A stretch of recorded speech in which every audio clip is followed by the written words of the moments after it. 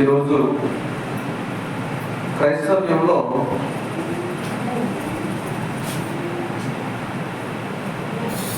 ఒక ప్రత్యేకమైనటువంటి దినముగా ప్రతి ఒక్కరు కూడా కొన్ని సంఘాలలో, అన్ని సంఘాలు కాదు, కొన్ని సంఘాలలో ఒక పండుగను ఆచరిస్తూ ఉన్నారు. ఏమిటి ఆ పండుగ అంటే చెప్పండి. మట్టల ఆదివారం. ఈ మట్టల ఆదివారం గురించి ఈరోజు క్షుణ్ణంగా నేర్చుకుందాం, తెలుసుకుందాం. మనకందరికీ ఒక ఆలోచన ఉంటుంది ఏంటంటే, అందరూ తింటున్నారు, మనం ఎందుకు తినకూడదు?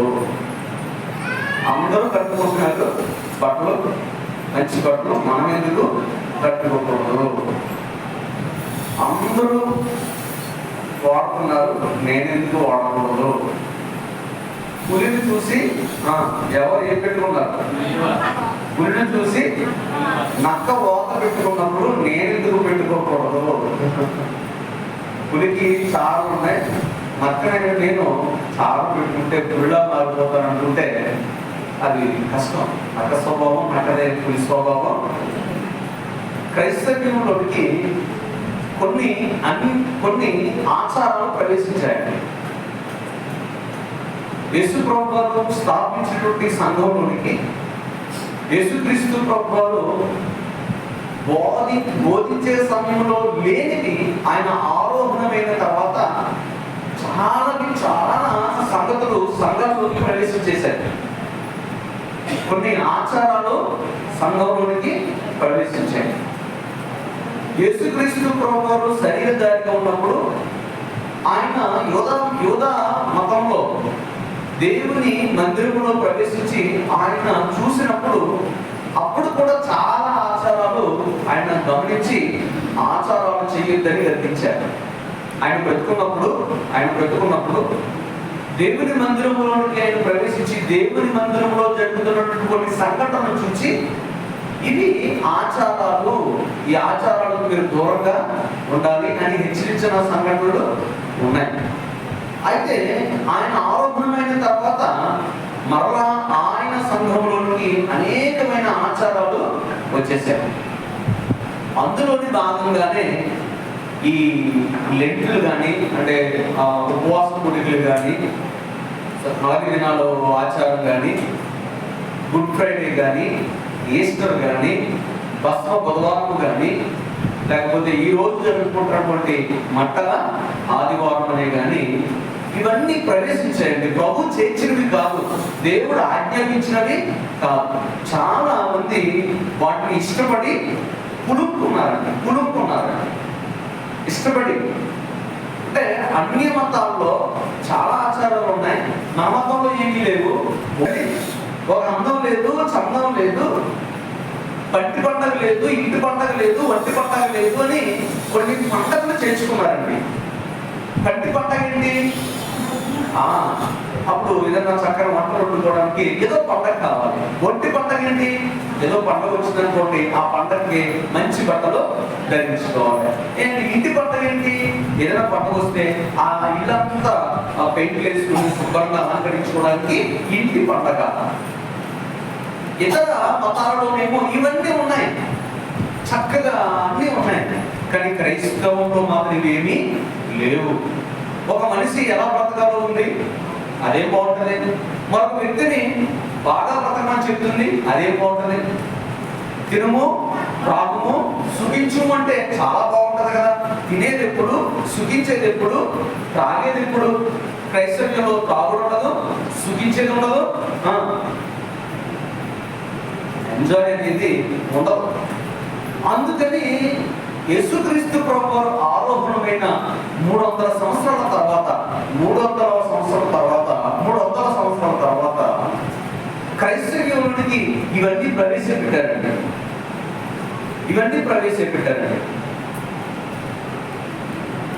ఒక మీటింగ్ ఏర్పాటు చేసుకుని, నికేయ అనే ఒక మీటింగ్ ఏర్పాటు చేసుకుని, ఆ మీటింగ్ లో మనము కొన్ని పండుగలు చేసుకున్నాము, అందరూ పండుగ పండగలు చేసుకుంటున్నారు, మనము పండుగలు చేసుకుందామని ప్రవేశపెట్టినవే ఈ ఆచారాలు. సో ఈ మట్టల ఆదివారం గురించి జాగ్రత్తగా ఆలోచన చేద్దాం. మట్టల ఆదివారం అని టైటిల్ పెట్టమన్నాను, వాటితో పాటు మట్టలు కూడా పెట్టాడు. చూడండి, మీకు సరిగ్గా కనపడుతుందో లేదు.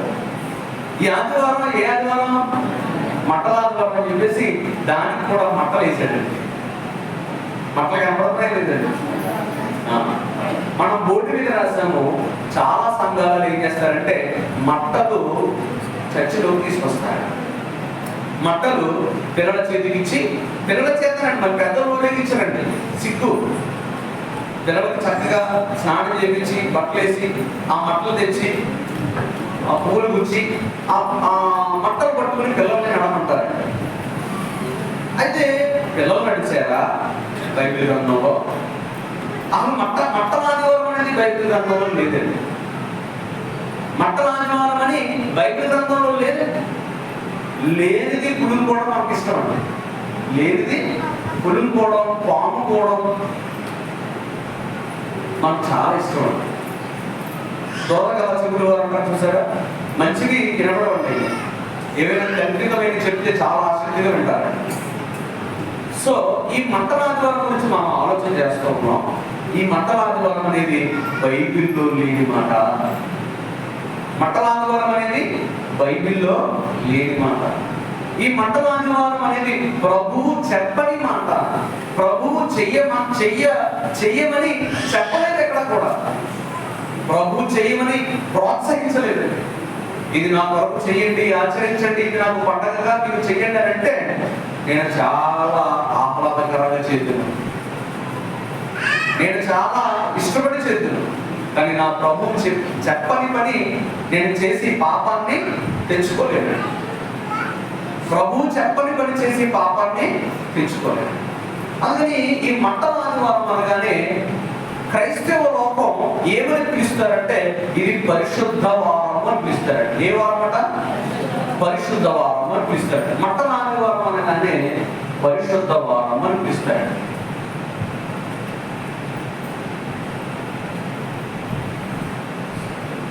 ఇది క్రైస్తవ్యంలోనికి ఎప్పుడు ప్రవేశించిందంటే క్రీస్తు శకం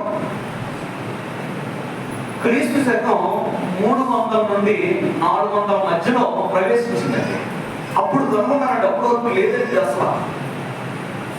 యేసు ప్రభువారు ఆరోహణమైన 300-400 సంవత్సరాల కాలంలో మధ్యలో ఈ ఆచారం, ఈ పండగ అనేది ప్రవేశించింది. అంతకుముందు శిష్యులు చాలా ప్రాంతాలకు వెళ్ళి సువార్త ప్రకటించారు. ఆ సువార్త ప్రకటించినప్పుడు ఈ పేరు ఎక్కడ వాళ్ళు ప్రస్తావించలేదు. ఈ మట్టల ఆదివారం అని ఎక్కడ కూడా యేసు ప్రభు వారు పలకలేదు. యేసు ప్రభు వారిని వెంబడించిన శిష్యులు పలకలేదు. ఎప్పుడు కనబడింది అంటే క్రీస్తు ఆరోగ్యమైన 300 సంవత్సరాల తర్వాత కనబడింది.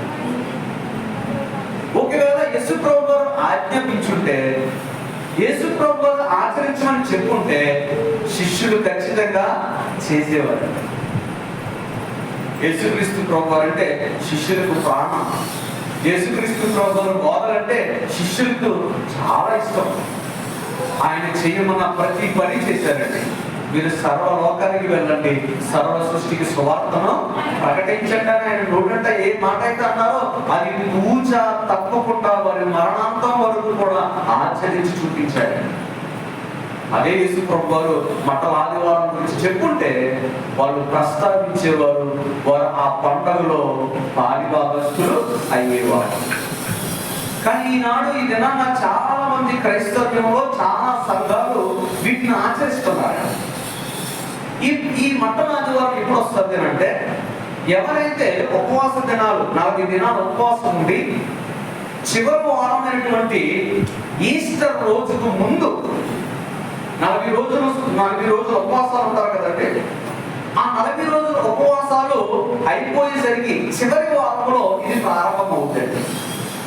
అలా జాగ్రత్తగా అంటే 40 దినాలు ఉపవాసం ఉంటారు కదా, 40 దినాలు అయిపోతున్నాయనగా చివరి వారము ఈస్టర్ అని చెప్పుకుంటున్నటువంటి ఆ పండుగ దినానికి ముందు ఆదివారమే ఈ మట్టల ఆదివారం చేస్తారండి. ఎప్పుడు చేస్తారండి? ఈస్టర్కి ముందు వారం చేసే పండగే మట్టలాదివారం. ఇప్పుడు ఏం చేస్తారంటే ఈ ఆదివారం నాడు మట్టలు పిల్లల చేతికి ఇచ్చి చాలా సంతోషపడతారు. మా పిల్లలు మట్లట్టు తిరుగుతున్నారు అని సంతోషపడతారు. అయితే అది యేసుప్రభువు చెప్పని సంగతిని మనం గుర్తించాలి. అయినా సరే అసలు ఈ మట్టలాదివారం వీళ్ళు ఎందుకు ప్రవేశపెట్టారు? దేన్ని ఆధారం చేసుకుని ప్రవేశపెట్టారు? లేని పండుగను ఎందుకు తీసుకొచ్చారు క్రైస్తవ్యంలోనికి? అసలు యూదులు అసలు ఏం చేశారు? అసలు ఈ సందర్భం ఏం బోధిస్తుంది? మనం ఆలోచించాలి. ఇంకో విషయం మీకు ప్రాథమికంగా చెప్పవలసింది ఏంటంటే, ఈరోజు మట్టలు పట్టుకొస్తారు కదండి, అవి చర్చి చుట్టూ డెకరేషన్ చేస్తారండి. అంటే పద్ధతి చెప్తున్నాను, ఇప్పుడు అలా ఎవరైనా చేయట్లేదండి. ఏదో పేరుకి ఊరేగించేసి పక్కన పడేస్తారండి. కానీ యూదులు కూడా కాదండి. 300 సంవత్సరంలో ప్రవేశపెట్టారు కదండి. ఈ కాలంలో ఉన్న మనుషులు ఏం చేశారంటే, ఆ మట్టలాదివారం వచ్చినప్పుడు ఆ మట్టలన్నీ చర్చి చుట్టూ కూడా లోపల డెకరేషన్ చేసేవారండి. డెకరేషన్ చేసి అవి ఎండిపోయిన తర్వాత కాల్చి బూడిద చేసి ఆ బూడిదను దాచిపెట్టేవారు. ఎప్పటి వరకు దాచిపెట్టేవారంటే 1 సంవత్సరం దాచిపెట్టేవారంట. సంవత్సరం దాచిపెట్టి మరలా వచ్చే సంవత్సరము ఇది వస్తాయి కదా, లెంట్లు, ఉపవాస కూడికలు వస్తాయి కదా. ఉపవాస కూడికలు ప్రారంభానికి ముందు భస్మ బుధవారం అనేది పెట్టుకున్నారట. ఏ బుధవారం? భస్మ బుధవారం అనగా బూడిద బుధవారము. ఏ బుధవారం? బూడిద బుధవారం. అదో కూడా ఉందండి క్రైస్తవ్యంలో.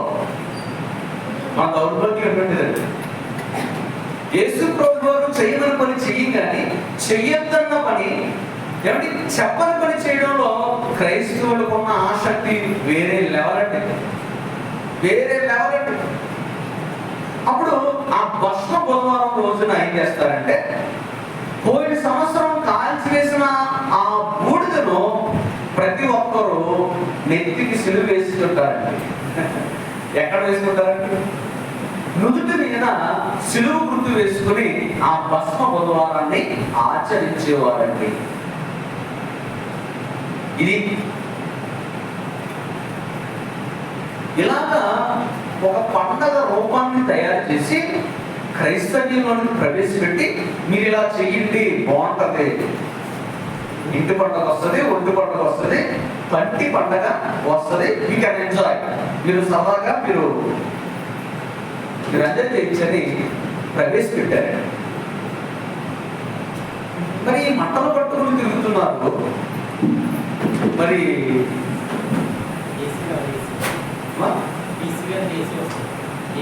ఏడు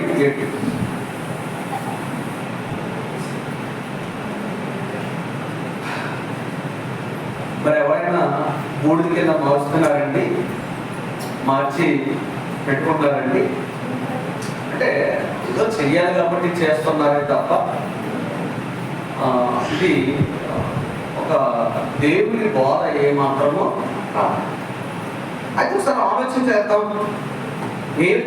ఏ సందర్భాన్ని బేస్ చేసుకుని ఈనాడు క్రైస్తవ్యం దీన్ని ఆచరిస్తున్నారో, అసలు ఎందుకు ఆచరించాలో, దీనివల్ల ఉపయోగం ఏంటో మనం ఒకసారి ఆలోచన చేద్దాం.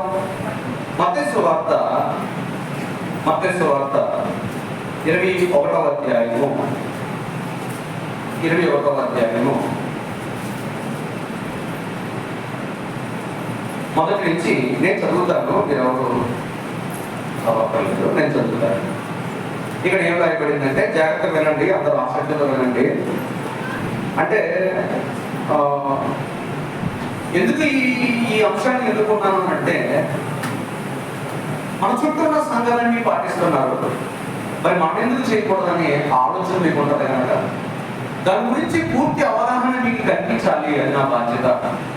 దాని గురించి మీకు బోధించాలి. ప్రభు చెప్పమన్నారా, లేకపోతే చెప్పకుండానే సమాజం అంతా చేస్తున్నారు, ఏ లాభాన్ని పొందాలని, ఏ లాభం ఆశించి ఆచరిస్తున్నారో ఏ మెప్పు పొంది మెప్పు పొందాలని కోరిక కలిగి ఆచరిస్తున్నారో మనకు తెలియదు కనుక అసలు బైబిల్లో ఉందో లేదో ఆలోచించాలి. తరువాత యెరూషలేముకు సమీపించి ఒలివ చెట్లు కొండ దగ్గర ఉన్న బేత్ఫగేకు వచ్చినప్పుడు యేసు తన శిష్యులలో ఇద్దరిని చూచి, మీ ఎదుటనున్న గ్రామములకు వెళ్ళుడి. వెళ్ళగానే కట్టబడిన యొక్క గాడిదయు దానితో ఉన్న యొక్క గాడిద పిల్లయు మీకు కనబడును.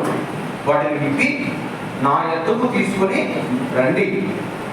ఎవడైనాను మీతో ఏమైనాను అనిన ఎడల అవి ప్రభువునకు కావలసి ఉన్నవని చెప్పవలను. వెంటనే అతడు వాటిని తోలి పెట్టునని చెప్పి వారిని పంపాను. ప్రవక్త వలన చెప్పబడినది నెరవేరునట్లు ఇది జరిగిన. ప్రవక్త వలన చెప్పబడినది నెరవేరునట్లు ఇది జరిగిన. అదేమనగా ఏం జరిగిందంటే, ఇదిగో నీ రాజు సాత్వికుడై గాడిదను భారవాహక పశువు పిల్ల అయిన చిన్న గాడిదను ఎక్కి నీ యొద్దకు వచ్చుచున్నాడు. సియోను కుమార్తెతో చెప్పుడి అన్నది. శిష్యులు వెళ్ళి యేసు తమకు ఆజ్ఞాపించిన ప్రకారం చేసి ఆ గాడిదను దాని పిల్లను తోలుకుని వచ్చి వాటి మీద తమ బట్టలు వేయగా ఆయన బట్టల మీద కూర్చుండెను. జన సమూహములోను అనేకులు తమ బట్టలు దారి పొడుగున పరచిరి.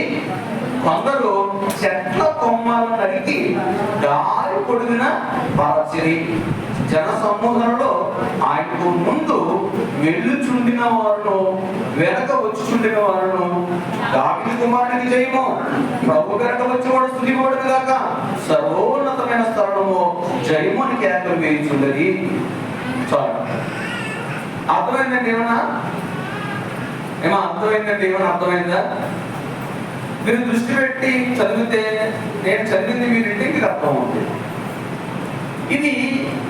ఇది ఈ సందర్భం, ఇప్పుడు నేను చదివి వినిపించిన ఈ సందర్భం ఏ సమయంలోనిదంటే, యేసుక్రీస్తు ప్రభువారు సిలువకు అప్పగించే చివరి వారంలో, యేసుక్రీస్తు ప్రభువారు సిలువకు అప్పగింపబడే చివరి వారంలో జరిగిన సందర్భం.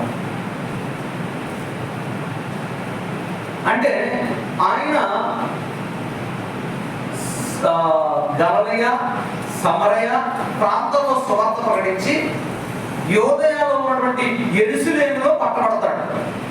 జాగ్రత్త వినండి ఒకసారి, వీళ్ళందరికీ అర్థమైన ఒక మాట చెప్తాను. ఆయన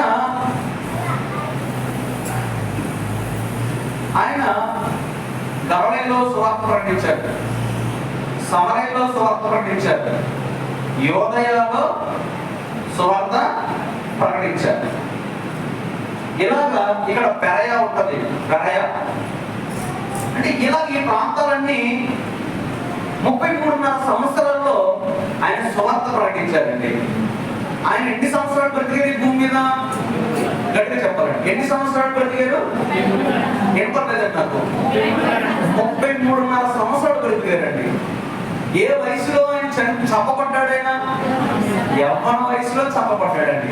తన యవ్వన ప్రాయం అయ్యేంత వరకు కూడా ఎవరి పని చేశారు? దేవుని పని చేశారండి. 33.5 సంవత్సరాల్లో ఆయన చేసిన పనికి ప్రతిఫలం ఏంటంటే, ఆయన ముఖం మీద ఉమ్ము, ఆయన శరీరం మీద దెబ్బలు.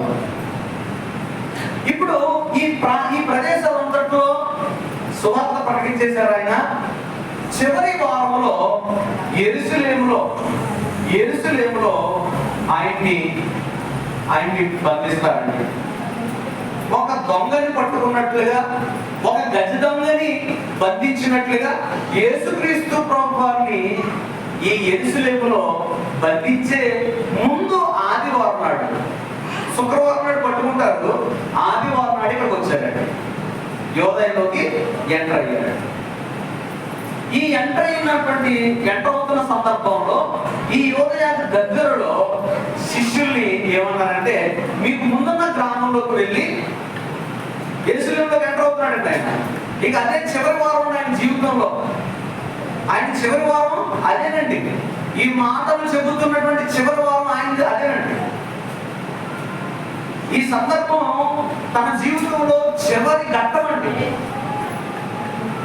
ఒక ఆదివారం నాడు ఆయన వచ్చారు, యెరూషలేములో అడుగు పెడుతున్నారు.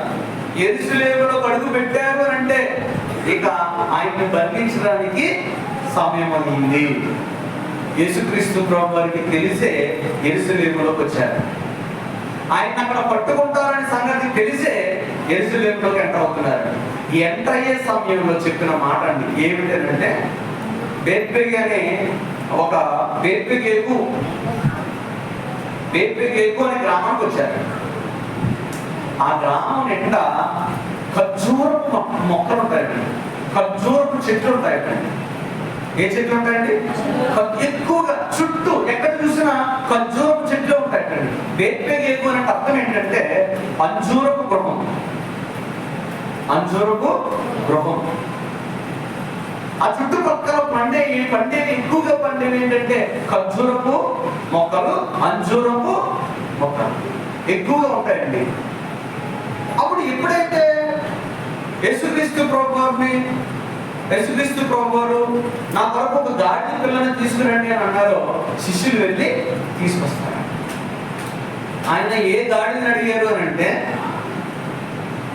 చిన్న పిల్ల గాడిదను. తల్లి ఉంది, పిల్ల ఉంది. అక్కడ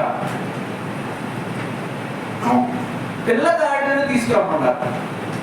ఎందుకు పిల్ల గాడిదను తీసుకురమ్మన్నారంటే ఆ గాడిద మీద ఏ పని చేయకూడని పిల్ల, ఎవరు ఎక్కని పిల్ల, గాడిద పిల్ల. ఆ గాడిద మీద అప్పటి వరకు యేసుక్రీస్తు ప్రభువు ఎక్కేంత వరకు దాని మీద ఏ వస్తువులు మొయ్యలేదు, ఏ పని చేయలేదు, ఎవరిని ఎక్కించలేదు. ఆ గాడిద పిల్ల మీద చూడకుండానే అటువంటి గాడిద పలానా గ్రామంలో ఉంది, తీసుకురండి అని చెప్పినటువంటి గొప్ప దేవుడు అంటే యేసు ప్రభువు.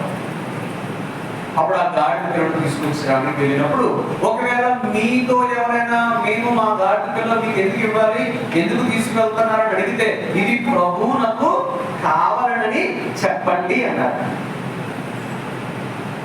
ప్రభువునకు కావాలని చెప్పండి అంటే వాళ్ళు ఒప్పుకుంటారా? కానీ ఒప్పుకున్నారు. ప్రభు అనగా రాజు. ఏంటండి? రాజు అండి. గాడిద మీద ఎక్కడానికి గల కారణం ఏంటంటే, ఏమిటి, రాజుల కాలంలో రాజులు యుద్ధానికి వెళ్ళేటప్పుడు దేన్ని ఉపయోగించేవారు? గుర్రాలు ఉపయోగించేవారు. యుద్ధానికి వెళ్ళినప్పుడు గుర్రాలు ఉపయోగించేవారు. కానీ అదే రాజు గాడిద మీద ఎక్కితే సమాధానానికి సూచనండి. ఒక రాజు గాడిద మీద వస్తున్నాడు అంటే యుద్ధాలు ఏమి లేవు, నేను సమాధానంగా ఉన్నాను, మీ అందరూ సమాధానంతో వస్తున్నాను. గాడిద సమాధానానికి సూచన. దేనికి సూచనండి? సమాధానానికి సూచన. గాడిద వినయానికి గుర్తు. దేని గుర్తండి? వినయానికి గుర్తు. గాడిద సాత్వికానికి గుర్తు. అందుకు గాడిద మీద వస్తున్నటువంటి మీ రాజు సాత్వికుడు, గాడిద మీద వస్తున్నటువంటి మీ రాజు వినయం కలిగిన వాడు, గాడిద మీద వస్తున్నటువంటి మీ రాజు సమాధానకర్త, గాడిద మీద వస్తున్నటువంటి మీ రాజు సమాధానాన్ని ఏర్పరచడానికి మీ దగ్గరికి వస్తున్నాడు. అంతేకాదు, జకర్యా గారు ఇది ప్రవచించారు. ఇలా జరగాలని ఎవరు ప్రవచించారండి? జకర్యా అనే ప్రవక్త ప్రవచించారండి. యేసు ప్రభు వారు ఏ ప్రవక్త అయినా ప్రవచించారు అంటే ఆ ప్రవచనము నెరవేర్చేవారండి ఆయన. ఇప్పుడు ఆ ప్రవచనాన్ని నెరవేర్చడానికి ఈ కార్యక్రమాన్ని చేశారు. ఇప్పుడు నెరవేర్చడానికి ఆ కార్యక్రమాన్ని చేశారే తప్ప పండగగా మీరు ఆచరించుకోండి అని చెప్పలేదండి. జాగ్రత్తగా మనసు పెట్టాలండి. మీరు జాగ్రత్తగా వింటే ఇక మీరు ఎవరికైనా సమాధానం చెప్పగలుగుతారు. మిమ్మల్ని మీరు మోసం చేసుకోలేరు. మిమ్మల్ని మీరు మభ్య పెట్టుకోలేరు. ఎందుకంటే వాక్యం ఇది. ఇప్పుడు నేను ఉన్నాను, నాకు ఏదో కావాలి, నాకేదో మెప్పు కావాలి, నేను ఏదో వంటతో పండగ తీసుకొస్తాను. మీకేలా ఉంటుందంటే పండగ కదా ఎంజాయ్ చేయొచ్చని మా అయ్యారు బాగా చెప్పారు, భలే చెప్పారని ఆ పండగలో పోతాం. పండగ వద్దన్నాం అనుకోండి, ఈ ముద్దు లేదు ముచ్చట్లేదు, ఈ పండగ వద్దు అంటాడు ఏంటంటారు. మనకి లేనిపోనిది పులుకోవడం అంటే ఇష్టం. అప్పుడు గాడి మీద రావడానికి గల కారణం ఏంటంటే ఆయన సమాధానాన్ని ఇవ్వడానికి వస్తున్నాడు. జకర్యా గ్రంథము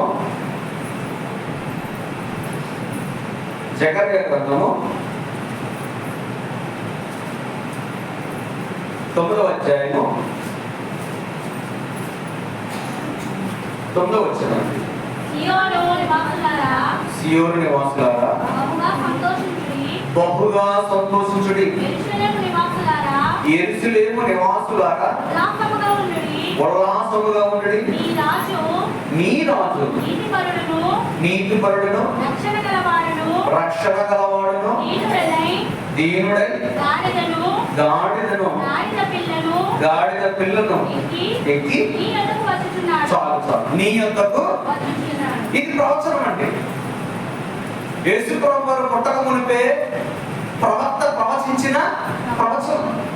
ఈ ప్రవచనం నెరవేర్చడానికి యేసుక్రీస్తు ప్రభువు వారు ఇప్పుడు ఏం సిద్ధం చేయమన్నారంటే ఆయన కొరకు గాడిదను సిద్ధం చేయమన్నారు. గాడిద పిల్లను సిద్ధం చేయమన్నారంటే, అంటే గాడిద పిల్ల అంటే వీళ్ళకి అడ్రస్సింగ్ కోసం ఆయన గాడిద ఉంటుంది, గాడిద పక్కన పిల్ల ఉంటుందని చెప్పారండి శిష్యులకి.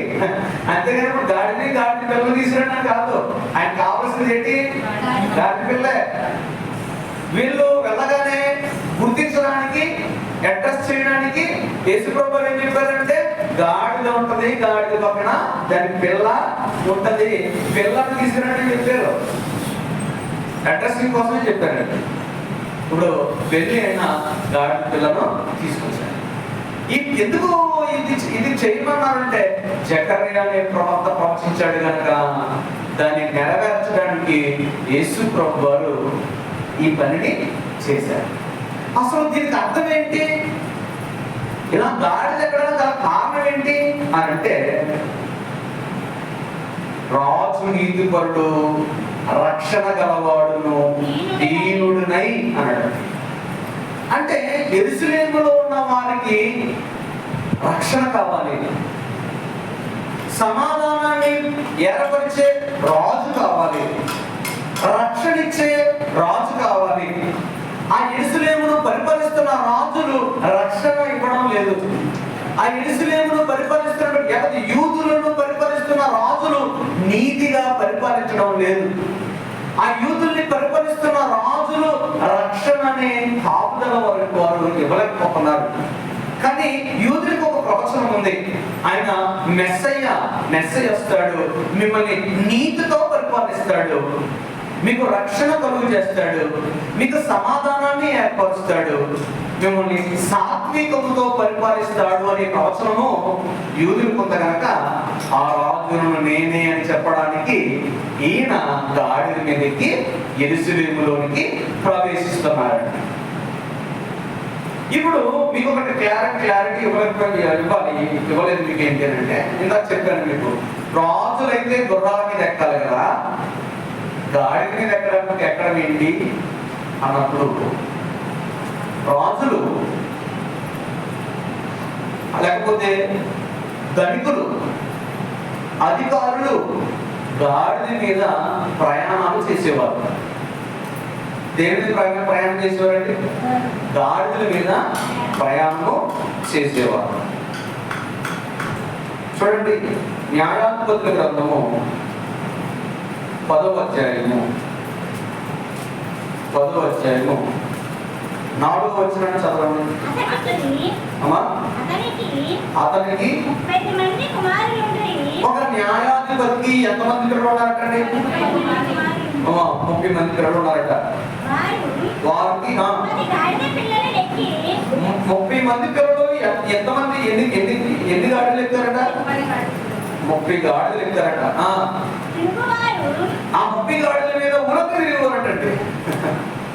చాలండి.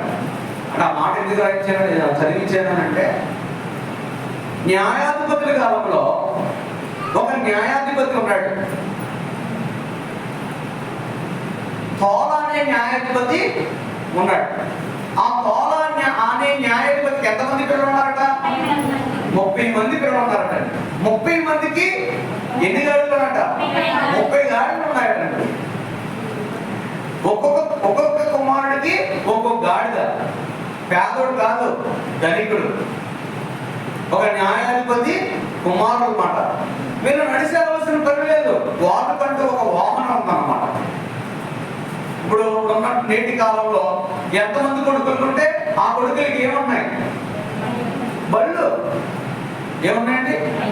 బండి. నాకు 2 కొడుకులు ఉన్నారు, నాకు 2 కొడుకులకి 2 బళ్ళు కొనాలి. ఈనాటి యవనస్తులకి ఏమి లేకపోయినా పర్లేదు, ఏముంటే చాలు?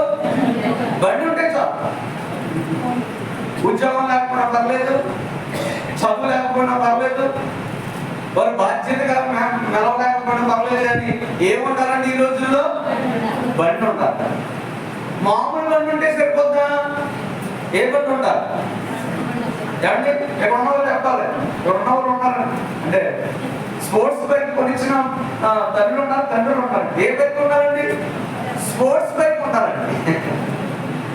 అది ఎక్స్ట్రా గేర్ తక్కువగానే, ఎక్స్ట్రేటర్ ఇవ్వగానే 1 కిలోమీటర్ వెళ్ళిపోవాలి. వెంటనే కళ్ళు మూసి కళ్ళు చేసి లోపల వెళ్ళిపోవాలి. అటువంటిది అంటున్నారు. అప్పుడు ఆనాటి కాలంలో, ఈనాటి కాలంలో యవనస్తులు ఎలాగైతే స్పోర్ట్స్ బైకులు వాడారో, ఆనాడు గాడిదలను వాడారు. గాడిదంటే ఏదో తక్కువ స్థాయి కాదండి, తక్కువ స్థాయి కాదు. వారు వాహనాలకు వాడారు. యేసుక్రీస్తు ప్రభువు వారి యొక్క తల్లి మరియమ్మ గర్భవతిగా ఉన్నప్పుడు తన భర్త అయినటువంటి యోసేపు దేని మీద ఎక్కించుకుని ప్రయాణం చేశారండి? గాడి మీద ఎక్కించుకుని మరియమ్మను నజరేతు నుండి ఈ నజరేతులకు తీసుకొచ్చారు. యెరూషలేమునకు తీసుకొచ్చాడు. గలిలయ నుండి యెరూషలేమునకు తీసుకొచ్చాడు. బెత్లెహేముకు తీసుకొచ్చాడు. మరొక మాట చదువుతాండి, 12వ అధ్యాయము 14వ వచనం. న్యాయాధిపతుల గ్రంథం అనే మరొక ఒక్కొక్కరికి ఎంతమంది ఉన్నారట? 40 మంది కుమారులను, 30 మంది మనవలను ఉండేది. వారు 70 గాడిద పిల్లలను ఎక్కి తిరిగేవారు. వీళ్ళెంతమంది అండి? కొడుకులు మనవళ్ళు ఎంతమంది కలిపితే 70 మంది. ఈ 70 మంది కొడుకులు మనవళ్ళు దేని మీద ఎక్కి తిరిగేవారట? గాడిద మీద ఎక్కి తిరిగేవారట. ఈ మాట కూడా యవనస్తులు ఉంటే చూడండి, ఆ రోజున గాడిదని కొడుకి గాడిదలు కొనిచ్చారు, మనవడికి గాడిదలు కొనిచ్చారు. ఓ బండి కొనడానికి ఇదైపోతారంటారు. గాడి మీద ఎక్కడం అనేది తక్కువ స్థాయికి.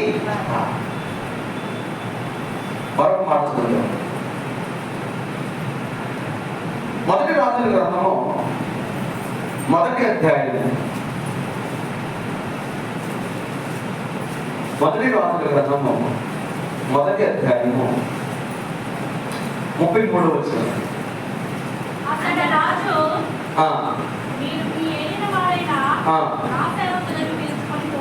నా సేవకులను పిలుచుకుని పోయి నా కుమారుడైన సొలొమోనును నా కంచర గాడిద మీద ఎక్కించి యాజకుడైన సాదోకును ప్రవక్త అయిన నాతానును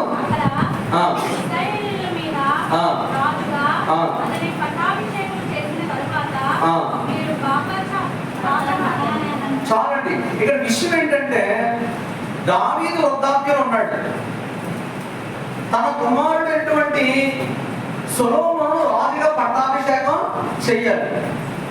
రాజు పట్టాభిషేకం చేయడానికి దావీదు గారు దేన్ని ప్రిపేర్ చేశారు? గాడిదను ప్రిపేర్ చేశారు. నా కుమారుడైన సొలొమోను గాడిద మీద ఎక్కించి తీసుకువెళ్ళండి అంటే, ఆనాటి కాలంలో ఒక రాజు రాజు దేని మీద ప్రయాణం చేసేవాడు? గాడిద మీద ప్రయాణం చేసేవాడు అండి. గాడిద మీద ప్రయాణం చేసేవాడు.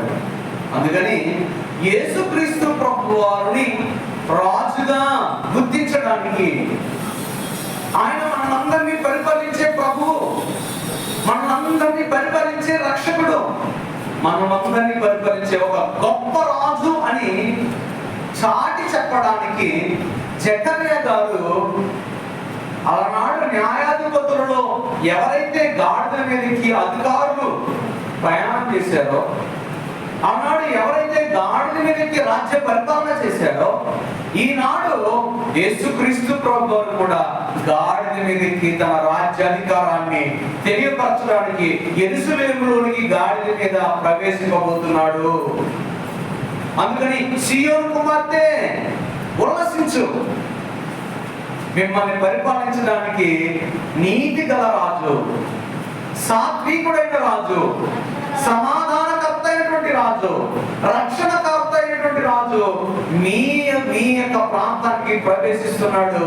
అందుకు గుర్తుగా ఎవరైతే గాడిద మీదకి వస్తారో ఆయనే మీ ప్రభువు, మీ రాజుని గుర్తించండి అని ఒక ప్రవచనము క్రీస్తు ప్రభువు పుట్టక ముందే ప్రవచించాడు. ఆ ప్రవచనం నెరవేర్చడానికి, ఆ యూదులందరూ గుర్తించడానికి, ఆ యూదులందరూ తెలుసుకోవడానికి, ఈయన మా ప్రభువు, ఈయన మా రాజు అని వాళ్ళు అంగీకరించడానికి యేసుక్రీస్తు ప్రభువు గాడిద మీద ఎక్కడానికి గాడిద పిల్లను తీసుకురావాలి. గాడిద పిల్లను తీసుకొచ్చారు. అక్కడ ఉన్న వాళ్ళు ఏం చేశారంటే ఆ గాడిద మీద ఒక బట్టను పరిచారండి, వస్త్రాలు పరిచారు. పరిచి ఆ గాడిద మీద యేసు ప్రభువుని ఎక్కించారు. ఎప్పుడైతే గాడిద మీద యేసు ప్రభువు ఆ ప్రాంతంలోకి ప్రవేశిస్తున్నారో, యెరూషలేము ప్రాంతానికి ప్రవేశిస్తున్నారో, గాడిద మీద వస్తున్నటువంటి ఈయన ఎవరు అని వాళ్ళు ఆశ్చర్యపోయి వాళ్ళందరూ ఆ గాడిద నడుస్తున్నటువంటి ఆ ప్రాంతంలో వారి దగ్గర ఉన్న బట్టలన్నీ పరిచేశారటండి. వారి దగ్గర ఉన్న బట్టలన్నీ పరిచేశారు. అక్కడ ప్రజలు ఏం చేశారంటే, ఈయన మా రాజు, ఈయన వస్తున్నప్పుడు మేము ఘనమైన స్వాగతాన్ని పలకాలి, ఈయన్ని కొనియాడాలి, ఈయన్ని పొగడాలి అని వాళ్ళు ఆలోచన కలిగి ఈయనే మా రాజు, యూదులకు రాజు ఈయనే అని గ్రహించి ఏం చేశారంటే వారి బట్టలన్నీ విప్పి ఆ గాడిద కాళ్ళ మీద వేశారు. ఇంకా సరిపోలేదు, ఇంకా కనపరచాలి. ఆ పక్కనే ఖర్జూరపు మొక్కలు ఉంటాయి కదా, ఏం చెప్పాను, బేర్పేగేపు అంటే ఇక్కడ ఏమి ఎక్కువగా ఉంటాయి? ఖర్జూరపు మొక్కలు ఉంటాయి, అంజూరపు చెట్లు ఉంటాయి. వీళ్ళు ఏం చేశారంటే ఖర్జూరపు మట్టలను తెంచి, ఏ మట్టలు తెంచారు? ఖర్జూరపు మట్టలు తెంచి ఆయన పాదాల దగ్గర వేస్తున్నారు. ఖర్జూరపు మట్టలు వేస్తున్నారు, వస్త్రాలు వేస్తున్నారు, మట్టలు వేస్తున్నారు, వస్త్రాలు వేస్తున్నారు. ఎందుకు అంటే యేసు ప్రభువుని స్వాగతించడానికి, యేసుక్రీస్తు ప్రభువుని స్వాగతించడానికి, యేసుక్రీస్తు ప్రభువుని గణపరచడానికి, యేసుక్రీస్తు ప్రభువుని జయము జయముని ఆర్తనాదాలతో ఆహ్వానించడానికి చేసిన పనే ఈ మట్టలు బట్టలు పంచడం. అప్పుడు ఆయన ఆ ప్రదేశానికి ప్రవేశించిన తర్వాత, ఘనమైన ఆహ్వానాన్ని కలిగిన తర్వాత ఆయన మళ్ళా ఆ యెరూషలేము ప్రాంతం అంతా సువార్త ప్రకటించారండి. దేవుని మందిరంలోకి వెళ్తారు, ఆ మందిరంలో జరుగుతున్న తప్పులు దిద్దుతారు, ఆ మందిరంలో జరుగుతున్న తప్పులు దిద్దుతారు. ఒలివల కొండలకు వెళ్ళి ప్రార్థన చేసుకుంటారు. ఒక శుక్రవారం నాడు ఒక రాత్రి అర్ధరాత్రి కాల సమయంలో ఇస్కరియోతు యోధ ద్వారా అప్పగింపబడతాడు యేసు ప్రభువు. ఇది జరిగిందండి. ఏం జరిగింది అంటే ఆయన రాజుగా గుర్తించడానికి అక్కడ ఉన్న ప్రజలందరూ ఆహ్వానించారు. అప్పుడు వరకు వాళ్ళకి రాజు లేడు, నీతి గల రాజుడు, సమాధానాన్ని ఇచ్చే రాజు లేడు, సాత్వికుడైన రాజు లేడు, మెస్సయ్య రాలేదు ఇంకా. కానీ ఎప్పుడైతే యెరూషలేములోనికి మెస్సయ్యగా, నీతి గల రాజుగా, సాత్వికుడుగా, సమాధానకర్తగా గాడిద మీద ఎక్కి వస్తున్నాడో వారికి యేసు ప్రభువు వారికి ఘనమైన స్వాగతాన్ని పలికే ఆ కార్యక్రమంలో, ఆ పద్ధతిలో ఉపయోగించిన వస్తువులు ఏంటంటే బట్టలు, మట్టలు, బట్టలు, మట్టలు. దొరికింది ఇంకా అవకాశం. ఎవరికి? మనకి. మట్టలు కనపడ్డాయి, బట్టలు కనపడ్డాయి. అప్పుడు వాళ్ళు మట్టలతో ఊరేగించినట్టు ఏమైనా ఉందండి? మట్టలు నేలపై పరిచినట్టుందా? నేలపై పరిచారండి. ఆయన పాదము నేల మీద పడకున్నట్లుగా వారి దగ్గర ఉన్నటువంటి ఆ వస్తువులని వాడారండి. కానీ క్రైస్తవ్యంలో ఏమొచ్చిందండి? ఒక ఆచారం వచ్చింది. అదిగో యూదులు ఏం చేశారు? మట్టలు పరిచారు. మనం మట్టలు పట్టుకున్నాం. మరి బట్టలు పరిచారు. మరి ఎవరికి పరుస్తున్నారు? ఇప్పుడు ఎవరికి పరుస్తున్నారు? మనం చేయవలసింది ఆచారం కాదండి, జీవితం, బ్రతుకు. మనం చేయవలసింది పండగలు కాదండి, ప్రభు నేర్పించినటువంటి బ్రతుకు మన జీవితంలో చూపించాలి. నన్ను పరిపాలిస్తుంది ప్రభు అని నువ్వు నిరూపించుకో చాలు. మట్టలు పట్టుకుని తిరగక్కర్లేదు. నాకు రాజు ప్రభు అని గుర్తించు. నీ రాజు ప్రభు అయితే నీవు ఆయన పరిపాలన కిందే ఉన్నావా? మనం ఎవరి పరిపాలన కింద ఉన్నాం? మన రాజు అయిన క్రీస్తు పరిపాలన కింద ఉన్నామా? సాతానుడి పరిపాలన కింద ఉన్నామా? మనల్ని ఏలుతుంది ప్రభు అయిన యేసుక్రీస్తు అనే రాజు ఏలుతున్నాడా? సాతానుడు అనే లోకపు రాజు ఏలుతున్నాడా? మనం ఎవరు చెప్పు చేతుల కింద ఉన్నాం? సాతానుడనే ఈ లోకపు రాజు కింద మనం ఉన్నాం. కానీ పేరు బట్టి మనం ఎవరి కింద ఉన్నట్టుగా మనం ఆచారాలు ఆచరిస్తున్నాం? క్రీస్తు అనే రాజు కింద ఉన్నాము అన్నట్టుగా మనం పండగ చేస్తున్నాం. కానీ ప్రభు పరిపాలన కింద మనం లేదు. అందుకని యేసుక్రీస్తు ప్రభు వారి విషయంలో ఈ జరిగినటువంటి ఈ సందర్భాన్ని పురస్కరించుని ఈ రోజున ప్రపంచమంతా కూడా ఈ పండుగను ఆచరిస్తుంది. ఈ సంఘటన 4 సువార్తల్లో కూడా ఉందండి. మత్తయి గారు రాశారు, మార్కు గారు రాశారు, లూకా గారు రాశారు, యోహాను గారు రాశారు. ఎందుకు రాశారు? మనం పండగ చేయమనా? కాదండి. ఆయన మీ రాజు, ఆయన పరిపాలన కిందకి రండి, సమాధానకర్త అయినటువంటి ప్రభు చెంతకు చేరండి. ఆయన సమాధానక రాజు కనుక మీరును సమాధానముతో జీవించండి. ఆయన నీతికి అధిపతి కనుక మీరు నీతి కలిగి జీవించండి. ఆయన రక్షకుడు కనుక మీరు రక్షింపబడండి.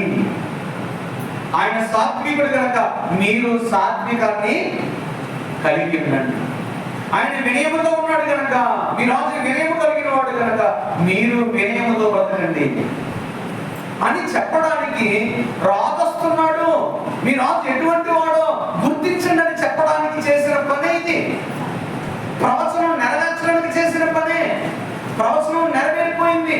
ఆయన ఎప్పుడైతే ఆ పని చేశాడో ఆ పని నెరవేర్చిపోయిన తర్వాత మరలా ఆ పని మానవులైన మనం చేయని అవసరము లేదు. ఆయన ఆల్రెడీ సింహాసనం మీద ఉన్నాడు. ఆయన ఆల్రెడీ ఎక్కడ ఉన్నాడండి? సింహాసనం మీద ఉన్నాడు. ఆయన రాజుగా ఉన్నాడు. ఆయన ఇప్పుడు పరిపాలిస్తున్నాడు. సంవత్సరానికి ఒకసారి ఆయన్ని ఆహ్వానించడం కాదు, దినదినము మన హృదయాల్లోనికి ఆహ్వానించాలి. ప్రతి దినము ఆయన మన రాజుని అంగీకరించి ఆయనకి మన హృదయంలోనికి ఘనమైన స్వాగతాన్ని ఇవ్వాలి. ఈ రోజున సంవత్సరానికి ఒకసారి స్వాగతాన్ని ఇస్తున్నారేమో కానీ మరలా మన జీవితంలో క్రీస్తు ప్రభు గారు లేదు. పండగగా మిగిలిపోతున్నాడంటే ఈనాడు క్రైస్తవ్యంలో పండగలు మిగిలిపోతున్నాయి కానీ పండగ యొక్క ప్రమాదాన్ని గ్రహించలేకపోతున్నారండి. పండగ అంటే చేయగలుగుతున్నాము కానీ పండగ యొక్క ప్రాముఖ్యతను గుర్తించలేకపోతున్నామండి. అయితే ఈ పాఠం ద్వారా యేసు ప్రభు వారు ఈ పాఠం ద్వారా ఏమి నేర్పించాలని ఆయన ఈ సంఘటన రాయించారో మనం ఆలోచించేద్దాం. నేను కొన్ని పాయింట్లు రాశానండి. ఆ పారాగ్రాఫ్ చదివి ఆ సందర్భాన్ని బట్టి మనం ఏం నేర్చుకోవచ్చు అని రాసినప్పుడు మొట్టమొదటిగా ఈ సందర్భాన్ని చదువుకుని పండగ కాదు చేయవలసింది, మనం చేయవలసింది ఏంటి అంటే, ఒకటి ఆయన మా ప్రభువు అని అంగీకరించాలి. ఒకటి ఆయన మా ప్రభు అని అంగీకరించాలి. ప్రభు అంటే ఏంటండి? రాజు. యేసుక్రీస్తు ప్రభు వారు ఎవరంటే ఆయన రాజు. మొట్టమొదటి పాయింట్ ఏంటంటే ఆయన మా ప్రభు అని అంగీకరించాలి. ఆయన మా రాజు అని అంగీకరించాలి. అప్పుడు అంగీకరించినప్పుడు రాజు కింద మనం బ్రతకాలి. ఎవరి కింద బ్రతకాలంటే రాజు కింద బ్రతకాలి. రెండు, యేసుక్రీస్తు ప్రభు వారి యొక్క సమాధానాన్ని బయలుపరచడానికి ఈ సందర్భాన్ని తండ్రి పరిశుద్ధ గ్రంథంలో లిఖించడం జరిగింది. ఈ సందర్భాన్ని చదువుకుని మనం ఏం నేర్చుకోవాలి అంటే, ఆయన సమాధాన పరిచేవాడు అని నేర్చుకోవాలి. ఏం నేర్చుకోవాలండి? ఆయన సమాధాన పరిచేవాడు అని నేర్చుకోవాలి. నువ్వు పండగ ఆచరించావా ఆచరించలేదని చూడడు కానీ నువ్వు సమాధానంగానే ఉన్నావా లేదని చూస్తాడండి. ఏం చూస్తాడండి? నువ్వు అందరితో సత్యమైతే సమస్త మనుషులతో సమాధానముగా ఉండి అని ఉంది కదా. మనం అందరము సమాధానంతోనే ఉన్నామా? సమాధానం లేదు కానీ ఏముంది? మట్టల ఆదివారం ఉంది, మట్టలు ఉన్నాయి. మనతో పాటు ఏమున్నాయండి? మట్టలు ఉన్నాయి కానీ ఏమి లేదు, సమాధానం లేదు. మట్లంటూ ఉన్నాయి. అంటే నాకు అర్థం కానిది ఏంటంటే, ఖర్జూరపు మట్టలు కదా వాళ్ళు పరిచింది, ఈత మట్టలు ఎక్కడి నుంచి వచ్చాయి? అంటే ఖర్జూరపు మట్టలు సేమ్ టు సేమ్ ఈత మట్టలు ఉన్నాయని ఈత మట్టలు పట్టుకొచ్చేస్తారా? సరే, మనకు అందుబాటులో ఈత మట్టలు ఉన్నాయి, అవి లేకపోతే తాడేళ్ళు ఇచ్చేదిరా. ఈత మొక్కలు మన చుట్టూ ఉన్నాయి కాబట్టి వెళ్ళిపోయి ఉదయం నేను చూశానండి, ఒక కుర్రాడు, ఒక అబ్బాయి ఆ పిల్లల కోసం, ఇద్దరు పిల్లలు ఉంటారు, ఆ పిల్లల కోసం ఎగరేసుకుని ఆ చెట్లోకి వెళ్ళిపోయి అందమైన లేత మట్టలు కొట్టుకొచ్చేసాడు. సరే, ఆనాడు అంజరపు మట్టలు ఉన్నాయని దానికి సూతపులుగున్న ఈత మట్టలు తెచ్చేస్తున్నావు. మరి ఈత మట్టలు మాకు అందుబాటులో లేకపోతే ఏ మట్టలు తెచ్చేదు? తాటి మట్టలు తెచ్చేదివా? ఏదో చేసేది, ఎలాగోలాగా చేసేది. ఏం చేసేద్దాం? సరే, మట్టలు పట్టుకున్నావు, నిజంగా ఆయన నీ హృదయం ఉన్నాడా? సరే, నీ పిల్లలు మట్టలు ఇస్తారన్నావు, నీకు సమాధానం ఉందా? అదే వీధిలో అదే పండగను ఆచరిస్తున్న వారిలో ఉదయం గొడవ అయిందండి, జుట్టు లోపల పరైపోయింది. అసలు ఈ పండుగ కాదు అసలు ఈ సందర్భం ఎందుకు జరిగిందంటే, నీ రాజు సమాధానకర్త. దేవుడికి నీ నీతుల మధ్య సమాధానాన్ని ఏర్పరచడానికి వస్తున్న రాజైనా అని చెప్పడానికి ఆయన దాడి మీదకి వస్తే, మన జీవితంలో సమాధానం లేదు కానీ మట్టం లేదు. ఏమి లేదు కానీ ఏముంది? సమాధానం లేదు కానీ మట్టం లేదు. సమాధానం లేదు కానీ పండుగలు, ఆచారాలు ఉన్నాయి. మరొక మాట ఏంటంటే, ఆయన సాత్వికుడని చెప్పడానికి ఆయన గాడిద మీద ఎక్కాడు. సాత్వికుడని చెప్పడానికి గాడిద మీద ఎక్కాడు. మనలో సాత్వికం ఉందండి? సాత్వికం లేదు కానీ ఏముంది? మట్ట. సాత్వికం లేదు కానీ ఏముందండి? మట్టుంది. మనలో, మన హృదయాల్లో రాజు లేడు కానీ మట్టుంది. మన హృదయాల్లో సమాధానం లేదు కానీ మట్టుంది. మన హృదయాల్లో సాత్వికం లేదు కానీ మట్టుంది. మట్ట ప్రలోభం చేర్చేది సాత్వికమా? మట్ట ప్రలోభం చేర్చేది సమాధానమా? మట్టాన్ని ప్రలోభం చేర్చేది నీ రాజా. మట్ట ఉన్నా లేకపోయినా నీ బ్రతుకులో ఎవరు ఉండాలి? క్రీస్తుండాలి. మరొకటి రాశానండి, ఆ సందర్భాలు పెట్టి, విమోచకుడు. ఆయన ఎవరండి? విమోచించే రాజు. ఆ సందర్భాన్ని బట్టి నేను అర్థం చేసుకున్నది ఏంటంటే, ఆయన నా విమోచకుడు అర్థం చేసుకున్నాను. కానీ క్రైస్తవ్యం ఏం అర్థం చేసుకుందంటే, ఈత మట్టాన్ని అర్థం చేసుకుందంటే, ఏమండి ఈ మంటల ఆదివారాన్ని ఎలా అర్థం చేసుకున్నారంటే ఈ ఆదివారం మంటల ఆదివారం అని అర్థం చేసుకున్నారు. కానీ ఆనాడు 2000 సంవత్సరాల క్రితం నా ప్రభువు విమోచకుడిగా గాడిద మీదకి వెళ్ళాడు, నన్ను విమోచించేది నా ప్రభు అని ఎవరికి అర్థం కాలేదండి. మరో మాట, ఆయన విధేయత కలిగిన వాడు. ఏం కలిగిన వాడండి? విధేయత కలిగిన వాడు. ఎంత విధేయత అంటే గాడిద మీద ఎక్కడ ఏంటి, నేను సింహాసనం మీద ఎక్కాలి కదా. ఆఫ్టర్ ఆల్ ఈత బట్టల మీద నేను వెళ్ళవలసిన పని ఏముంది అంటే పువ్వుల మీద నడవాలి కదా. వస్తూ మంటపెట్టలో పాస్టర్ గారు చూశారు. ఏం చూశారంటే ఒక ఇలాగ మన మధ్యలో వేసినటువంటి ఆ మ్యాట్ ఉంది కదండి, ఆ సైజులో చీరపరిచారట. చీరపరిచి పువ్వులు చల్లారట. మరి ఎవరు నడుస్తారో తెలియదండి అంటారు. ఎవరు నడుస్తారంటారండి? ఇంకెవరు నడుస్తారమ్మా, పాస్టర్ గారు నడిపిస్తారో. ఎవరు నడిపిస్తారండి? పాస్టర్ గారు నడిపిస్తారండి. అంటే నేను నా ఘనత కొరకు, నా మెట్టు కొరకు అందరినీ ఆకర్షించుకోవడానికి చేసే పండగే తప్ప ప్రభువుని కనపరచడానికి చేసేది కాదు. ప్రభువుని కనపరచడానికి చేసేది నువ్వు చేయకపోయినా పర్లేదు, నీ హృదయం నుండి ఆ ప్రభు ఉంటే చాలు. ఆయన పండగంత బ్రహ్మాండం. నీ హృదయంలో ప్రభు ఉంటే చాలు, నువ్వు గొప్పగా ఆచరించిన వాడు అవుతావు. ఇంకొక మాట రాశాను, ఆయన స్తుతులకు పాత్రుడు. వారు కేకలు వేశారంట. ఏదో కేకలు వేశారండి? దావీదు కుమారుడా జయము జయము హోసన్నా అనగా దయచేసి మమ్మల్ని రక్షించు అని అర్థం అండి. హోసన్నా అంటే అర్థం ఏంటండి? మమ్మల్ని రక్షించు, ఉన్నత స్థలంలో ఉండేవాడా మమ్మల్ని రక్షించు అని అర్థం అండి. హోసన్నా పిలిచిస్తుంది కదండి. అంటే ఏది పెడతాడండి?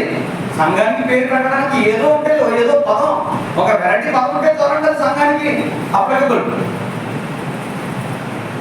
Hosanna ministries. హోసన్నా అంటే అర్థం ఏంటండి? దయచేసి మమ్మల్ని రక్షించు అని వాళ్ళు కేకలు వేశారు. అది ప్రజల స్పందన అండి. అది ప్రజల స్పందన. ప్రవచనంలో ఆయన సాత్వికుడై ఏమిటి గాడిద పిల్ల మీద వస్తాడని ఉందా? మీరు ఫ్యూచర్ లో బట్టలు పరిచి ఆయన ఆహ్వానిస్తారని ఉందా? కేవలం ఏమంటుందండి? కేవలం సాత్వికుడై ఆయన గాడిద మీద వస్తాడని ఉందే తప్ప బట్టలు పరుస్తాడు అనేది అది ప్రజల స్పందన. ప్రజలు ఆయన్ని అలా ఆహ్వానించాలనుకున్నారు. ఇంకా నేను ఏదో చేసుంటే బాగుండండి. ఏంటంటే మంటలాదివారం రోజున మీ చెవికున్నటువంటి చెవిలీలు, మీ నెలలో ఉన్నటువంటి బంగారాలు దారిపడిగా పరిచి శాపకుడికి సమర్పించాలని అక్కడ రాయబడి ఉంటే ఇద్దరు వదిలిపోతుందండి. ఏమండి? మీ చెవిపోగులు, ముక్కుపడము, చెవిలీలు, మా నెలలో ఉన్న తాళ్ళు బంగారు మళ్ళీ ఇతర నడుపుకోం. మీ పట్టు వీరిలో ఉన్న పట్టు చీరలు భాస్కర్ గారికి, మెడలో ఉన్న చీరలు భాస్కర్ గారికి అని చెప్పేసి ప్రవచించుంటే అయితే చూసి పండగ కాదండి. అదేం కాదండి, పండగ కాదు, కేవలం మట్ట ఖర్చు లేనిది. అందుకు చేతులు పెట్టేసి ఊరేగించడండి. చర్చలో కూడా ఎట్టేస్తారు. ఆ తర్వాత ఆ భాస్కర్ గారు వారంలో సరి చేసుకుని వాళ్ళు తుడుచుకుని పాడేసుకోవాలి. మట్లా కాబట్టి తెచ్చి పెట్టేస్తారు. ఏముంది? అది అయ్యుంటే మాత్రం ఎవరు చేయకపోతే ఏదయ్యుంటే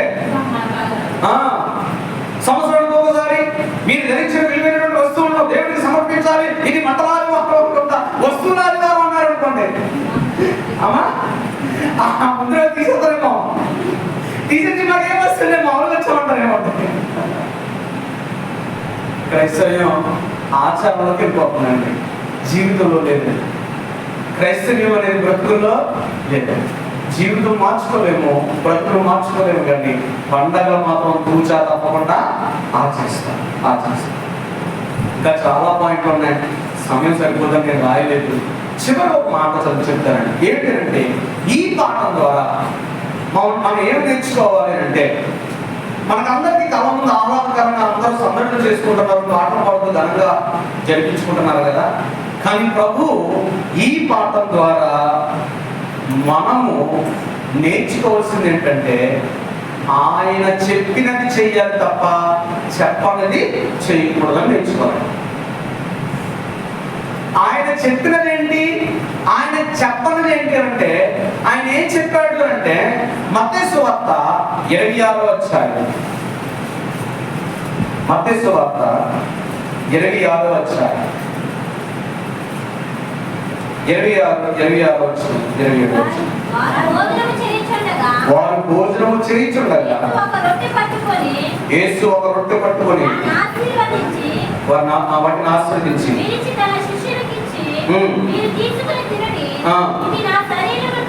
ఇది నా శరీరం అని చెప్పారు. ఎవరు చెప్పారు? యేసు ప్రభువు చెప్పారు. మరి ఆయన గిన్నె పట్టుకుని వారికి ఇచ్చి దీనిలోనిది మీరందరూ త్రాగండి, ఇది నా రక్తము, పాప క్షమాపణ నిమిత్తము అనేకుల కొరకు చిందింపబడుచున్న నిబంధన రక్తము. నా తండ్రి రాజ్యములో మీతో కూడా నేను ఈ ద్రాక్ష రసము క్రొత్తదిగా త్రాగు వరకు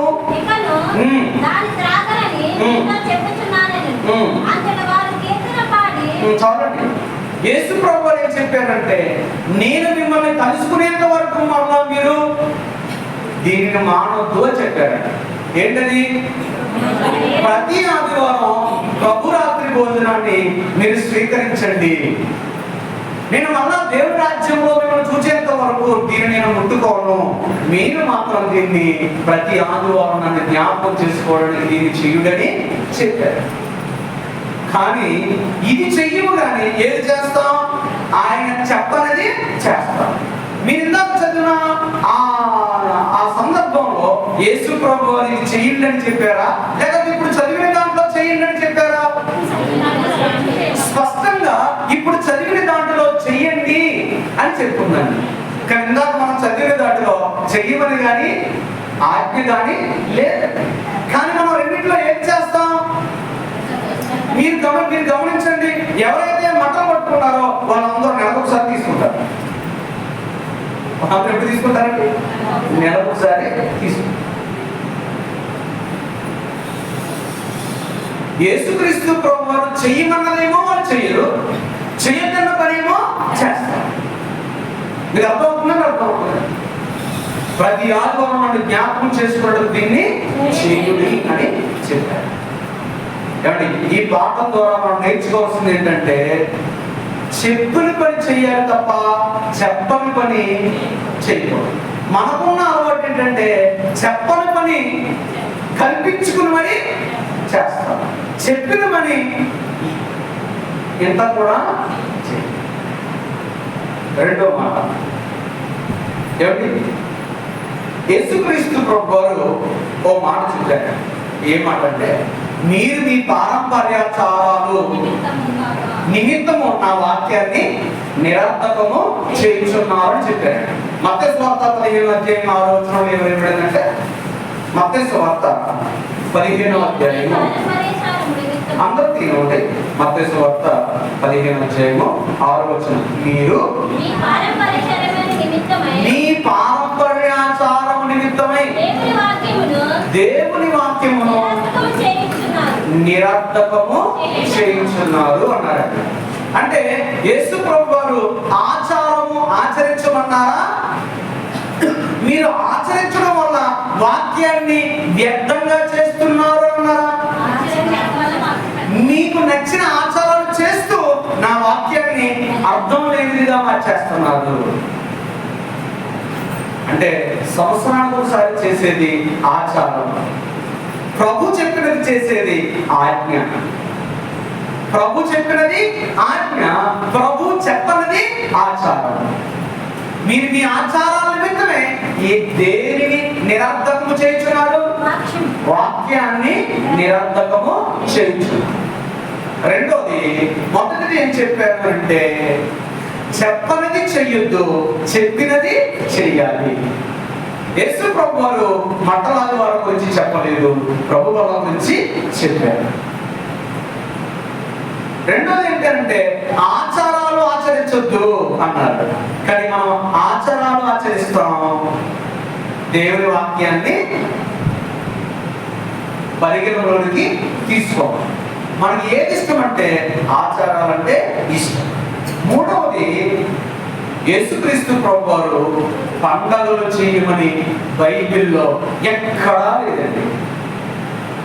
పండగలు చేయమని బైబిల్లో ఎక్కడా లేదండి. గలతీ పత్రిక 4వ అధ్యాయం, గలతీ పత్రిక 4వ అధ్యాయం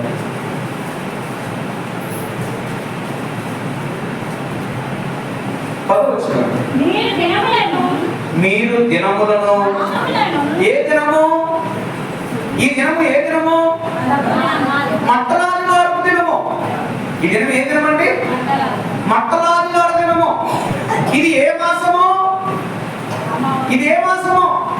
శ్రమకాల మాసము. ఏ మాసం అంటే? ధ్యానకాల మాసము. మీరు దినములను, ఇంకో దినం గుర్తొచ్చింది. ఏది దినము అంటే ఈస్టర్ దినం. ఈ దినం ఏంటంటే వచ్చే వారం ఏ దినమట అంటే సంవత్సరానికి ఒకసారి మాత్రమే లేస్తారు ఆయన. ఒకసారి లేచాడండి ఆయన, ఒకసారి లేచాడు. మీరు దినములను, మాసములను, ఉత్సవ కాలములను, సంవత్సరములను అనుసరించుచున్నారు, ఆచరించుచున్నారు. మీ విషయమై నేను పడిన కష్టము వ్యర్థమైపోవునేమని మిమ్మల్ని చూచి ఏమైపోతున్నాను? భయపడిపోతున్నాను. ఎందుకంటే నేను దేని విషయంలో కష్టపడ్డానంటే, మీరు మారు మనసు పొందాలని కష్టపడ్డాను, మీరు రక్షింపబడాలని కష్టపడ్డాను, క్రీస్తువునికి రావాలని ప్రయాసపడ్డాను, సకల జనులకు సువార్త అందించడానికి ప్రయాసపడ్డాను. మీరు మారు మనసు పొంది భక్తి జీవితాన్ని బ్రతకాలని నేను ఎంతో ప్రయాసపడ్డాను. నేను పడిన కష్టము మీరు ఇటువంటి పండుగలు చేస్తే వ్యర్థమైపోద్దేమో అని భయపడుతున్నానని పౌలు చెప్పాడు. అంటే పండుగలు, ఈ వచనాన్ని బట్టి పండుగలు క్రైస్తవులు చేయాలనా చేయకూడదనా? చేయకూడదండి, చేయకూడదు. ప్రతి ఆదివారం పండగ. మనకి ఏ వారం పండుగ అండి? ప్రతి ఆదివారం పండగ. కానీ కొంతమందికి మట్టలాదివారమే పండగ, కొంతమందికి ఈస్టర్ రోజునే పండగ, కొంతమందికి గుడ్ ఫ్రైడే రోజునే పండగ. తర్వాత శుక్రవారం అండి, మామూలు శుక్రవారం అండి. ఆ శుక్రవారం మాత్రం పరిశుద్ధ శుక్రవారం అంటారు. ఏ శుక్రవారం అంటే? నాకు మాత్రం బాధ కలిగించే శుక్రవారం అండి. ఆ రోజున ఒక దొంగను పట్టుకున్నట్టుగా పట్టుకున్నారు, ఒక మోసగాడు పట్టుకున్నట్టుగా పట్టుకున్నారు, నమ్మక ద్రోహిని పట్టించాడండి.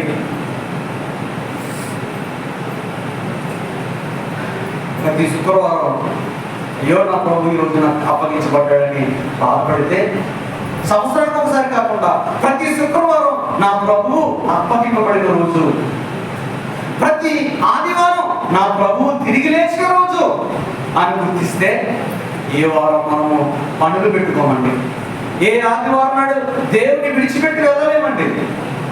ప్రతి ఆదివారం నా ప్రభు లేచిన దినం ఇది, నా ప్రభువును చూడడానికి నేను వెళ్ళాలి, నా ప్రభువును కనపరచడానికి నేను వెళ్ళాలి అని మందిరం పైన ప్రేమ మొక్కు పెంచుకుంటే ఏ ఆదివారం మనం దేవుణ్ణి నిర్లక్ష్యము చేయాలి.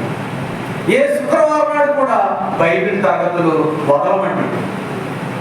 మనకు సంవత్సరానికి ఒకసారి అలవాటు అయిపోతున్నాయి ఈ పండుగలు కనుక సంవత్సరానికి ఒకసారి దేవుని మందిరంలో కనపడగలుగుతున్నాం. మీరు ఈస్టర్ రోజు చూడండి, చాలా సంఘాలు చాలా కలకలాడుతున్నాయి. మీరు గుడ్ ఫ్రైడే చూడండి, చాలా సంఘాలు కలకలాడుతున్నాయి. ఈ రోజు మాట్లాడుతున్నాం, ఈ రోజు ప్రతి సంఘంలో అంత శబ్దాలు, పిల్లలు కలకలాడుతున్నారు. మా పిల్లలు ఉంటారండి, మా పిల్లలు అనుకుంటారు ఆమె చూసి మాకు మట్టలేదు మట్ట దండగా. మట్ట ఏంటండి? దండగా మట్ట అనుకుంటారా? లేకపోతే అక్కడికి వెళ్ళిపోతున్నావా? దానికి అట్రాక్ట్ అవుతున్నారండి. అందరికీ మట్టలు తిరుగుతున్నారు, మాకు మట్టలు లేవని పిల్లలు ఎక్కడికి వెళ్తున్నారండి? అక్కడికే వెళ్తున్నారండి. డాన్సులు నేర్పుతున్నారు, కుప్పు గొంతులు నేర్పుతున్నారు అని పిల్లలందరూ ఎక్కడికి ఆకర్షింపబడుతున్నారండి? అక్కడికే ఆకర్షింపబడుతున్నారు. సరే పండుగలు ఆచరించకూడదని ప్రభు చెప్పారు, కానీ మనం ఏ చేస్తాం? కొలసీ పత్రిక 2వ అధ్యాయము 10వ వచనం. కొలసీ పత్రిక 2వ అధ్యాయము 10వ వచనం. కాబట్టి కొలసీ పత్రిక 2వ అధ్యాయము 16వ వచనం. కాబట్టి అన్నపానముల విషయములోనైనను పండుగ, ఏ పండుగ? మట్టలాదివారం అనే పండుగ, ఏ పండుగ? గుడ్ ఫ్రైడే అనే పండుగ, ఏ పండుగ? ఈస్టర్ అనే పండుగ, ఏ పండుగ? క్రిస్మస్ అనే పండుగ. కాబట్టి అన్నపాన విషయంలోనైనను పండుగ. అమావాస్య, ఏంటి అమావాస్య? అమావాస్య నాడు మంగళవారం నాడు ప్రార్థన జరుగుతాయి, శక్తివంతమైన ప్రార్థనలు. అంటే మామూలు రోజు చేసే ప్రార్థనలు శక్తివంతమై కాదా? దేవుడు ఎంత క్లారిటీగా రాసి ఎంత ఖచ్చితంగా చెప్తున్నా సరే మనలో చాలా మంది అమావాస్య ప్రార్థన, మనలో చాలా మంది పండుగలు అనే మాయలో పడిపోయారు. మీరు అన్నపానం విషయంలోనేను, మట్ట విషయంలోనేను, అన్నపానం విషయంలోనేను, ఆ విశ్రాంతి దినంలోనేను, అనువాటి విషయంలోనేను మీకు తీర్పు తీర్చనెవరికి అవకాశం ఇవ్వబడి. మిమ్మల్ని తీర్పు తీరుస్తారు. ఎవరు తీర్పు తీరుస్తారు? తండ్రి తీర్పు తీరుస్తారు. యేసుక్రీస్తు ప్రభువు తీర్పు తీరుస్తారు. 24 పెద్దలు తీర్పు తీరుస్తారు. సేవా దేశంలో రాణి కూడా ఏం చేస్తుందట? తీర్పు తీరుస్తుందట. మీ విషయమే సొదొమ గొమొర్రాలో కూడా బెటర్ మీకంటే అన్నాడండి. మనకంటే ఎవరు బెటర్ అండి? సొదొమ గొమొర్రా ప్రజలే బెటర్ అంట మనకంటే ఎవరు బెటర్ అన్నాడు? సొదొమ గొమొర్రాలో బెటర్ అంట. మనకంటే సేవా దేశపు రాణి బెటర్ అంట. ఆవిడ ఎవరు? అన్యస్త్రీ. ఆమె తీర్పు తీరుస్తుందట. తీర్పు తీర్చే అవకాశం ఆమెకి ఇస్తాడట. కానీ ఎవరు? విశ్వాసాన్ని చెప్పుకుంటున్నా నీకు ఇవ్వరు. ఎందుకనంటే నువ్వే అవకాశం ఇస్తున్నావు. పండుగల పేరు చెప్పి, అమావాస్య పేరు చెప్పి, విశ్రాంతి దినాన్ని పేరు చెప్పి, భోజనాన్ని పేరు చెప్పి నీవు దేవునికి దూరం అయిపోతున్నావు. అందుకు మీలో ఎవరికి నీ తీర్పు తీర్చే అవకాశము ఇవ్వద్దు అన్నాడు. ఇప్పుడు చెప్పండి, పండుగలు ప్రభు చెప్పాడా? మనం చేస్తున్నామా? మనమే చేస్తున్నామా? పండుగలు చేయమని బైబిల్ ఉందా? చెయ్యొద్దని ఉందా? పండుగ చేస్తే వాక్యము నిరార్థకం అయిపోద్ది అన్నాడా? పండుగ చేస్తే వాక్యం నెరవేర్చిన వారు అవుతారు అన్నాడండి. మీరు ఆచారాలు ఆచరించారా? మీరే వాక్యాన్ని అర్థం లేకుండా చేస్తున్నారని హెచ్చరించాడు. మీరు ఆచారాలు పక్కన పెట్టారా? దేవుని యొక్క వాక్యానికి విలువించారు అని అంటారు. కాబట్టి చెప్పండి, మనం మట్టలాదివారం చెయ్యాలా వద్దా? అర్థం కావట్లేదు.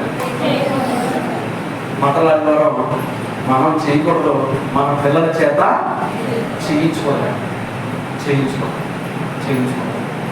అన్నిలో ఆచారం ఉందండి. అన్నిళ్ళు దరగాలు తిరుగుతారండి. అన్యులు ఎక్కడ తిరుగుతారండి? కాగడాలు పట్టుకుని, గరగ పట్టుకుని తిరుగుతారండి.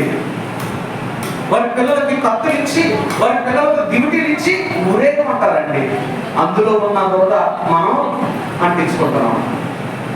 అందులో ఉన్న బురద మనం పంపుకుంటున్నామండి. వాళ్ళు తిరుగుతున్నారు, మనం తిరుగుదాం. వాళ్ళు జై అంటున్నారు, మనం కూడా బోలో వేసినట్టునే బోలో మహారాజు బోలో క్రీస్తు మహారాజుకే అన్నారండి. వాళ్ళే ఉన్నారండి అంటారండి. వాళ్ళకి మనకి పెద్ద తేడా ఏమీ లేదు. మన గమ్యం వేరండి, మన లైఫ్ వేరండి, మన జీవితం వేరండి. వాళ్ళు చేతలతో చూపించి శరీరానికి సందర్భమైన కాలయాపన చేస్తారండి. మనం ప్రతిదీ అడుగు అడుగున జాగ్రత్త పడుతూ భయపడుతూ మన జీవితాన్ని గమనించుకుంటామండి. వాళ్ళకి మనకు చాలా పెద్ద తేడా ఉందండి. వాళ్ళ గోలు వేరు, మన గోలు వేరు, మన గమ్యం వేరు, మన గమ్యం.